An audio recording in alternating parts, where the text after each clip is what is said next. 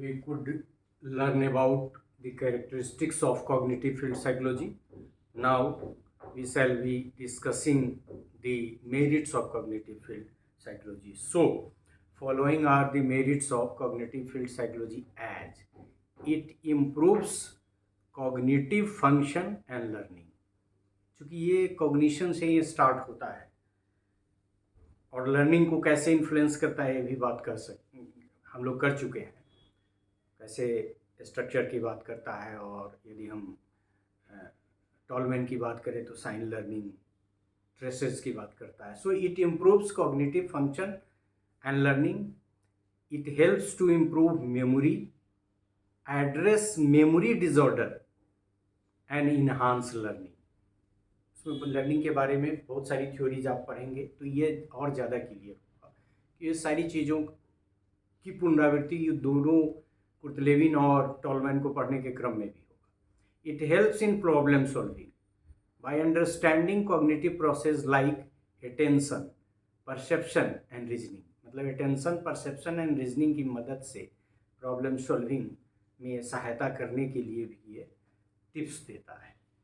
It fastens learning to make learning effective. Learning को fasten करता है। It allows for personalised learning keeping in view a student learning. वो field का जो concept है वो इंडिविजुअलिस्टिक नेचर में है। CBT ये एक कंसेप्ट है therapeutic. A therapeutic approach is rooted in cognitive psychology which helps to manage mental health conditions like anxiety and depression. मतलब ये थेरोपेटिक एस्पेक्ट से भी रिलेटेड है, इसकी चर्चा एक बार और आएगी। CBT is helpful in treatment of cognitive disorder. Cognitive disorder के ट्रीटमेंट में भी, और ये इस दोनों के अलावा किसी तीसरे कॉग्निटिव फील्ड साइकोलॉजिस्ट का है। आगे चर्चा आएगी किसी ग्रुप में जब हम पूरा डिस्कशन करेंगे तो। So it helps the individual for greater resilience to life challenges. Life challenges के लिए तैयार करता है।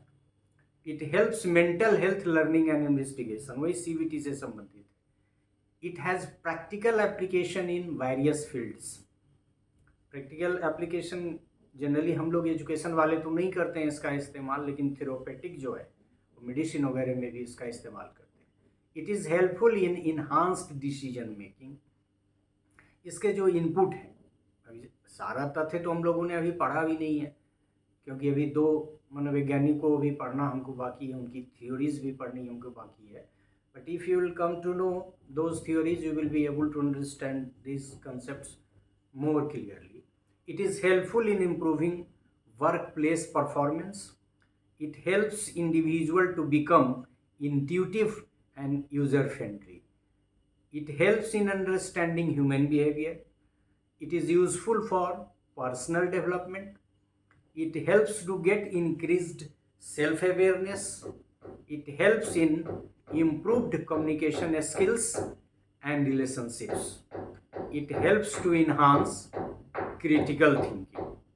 So in this way, we could learn about the merits of cognitive field psychology. बहुत सारी चीज़ें आपको समझ में आई होंगी, बहुत नहीं में आई होंगी। स्लाइड आपके पास है, देखेंगे।